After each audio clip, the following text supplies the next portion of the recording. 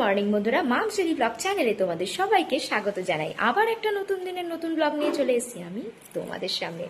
Like share subscribe করতে ভুলো না। সাবস্ক্রাইব বাটনটা ক্লিক করেছো তো? করেছো তো? তাহলে চলো আজকের ভিডিও শুরু করা যাক।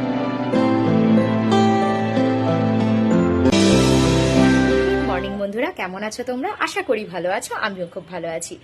আজ দেখো সকালবেলা থেকে উঠেই দেখো একদম কটকটা রোদ, দেখেছো? আবার বেলার দিকে বৃষ্টিটা নামবে, যেটা হয় প্রত্যেক দিন হচ্ছে। তো যাই হোক, আজকে সকালবেলা উঠেই আমি স্নান করে নিয়েছি, দেখেই তোমরা বুঝতে পারছো। স্নান করেই আমি পুজো দিতে বসে গেছিলাম। পুজোটা আগে দিয়ে ফেলেছি, কারণ মার আজকে ফুল তোলাও তাড়াতাড়ি হয়ে গেছে। এখন একটুখানি এই কদিন তাড়াহুড়ো করতে হবে আমার, কারণ ছেলের সামনে পরীক্ষা। এবারে ওকে নিয়ে যদি না বসি ও পড়বে না। ও এখন নিচে গেছে, কারণ আমি ওকে তুলেছি প্রায় 8:15 সময়। আমার একদম সকালবেলা উঠেই আগে আমি স্নান করে পুজোটা দিয়ে নিয়েছি। তো যাই হোক, দেখো আমার পুজোও কিন্তু কমপ্লিট, তোমাদের দেখাই, দাঁড়াও। এই দেখো, তো আমার পুজো কমপ্লিট, উপরের মোটামুটি সব কাজই কমপ্লিট হয়ে গেছে। এবার আমি যাব নিচে। ছেলের ব্রাশ হয়ে গেলে ছেলেকে খাইয়ে দিয়েই আমি পড়তে বসাবো, কারণ এখন যদি না পড়াই বহুত অসুবিধা হয়ে যাবে।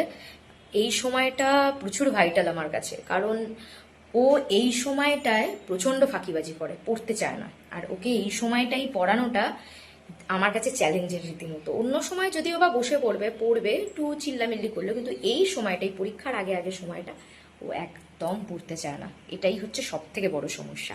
তো যাই হোক, চলো নিচে যাই, নিচে গিয়ে তারপরে আবার তোমাদের সঙ্গে কথা বলছি। 8 7 56, 8 7 56,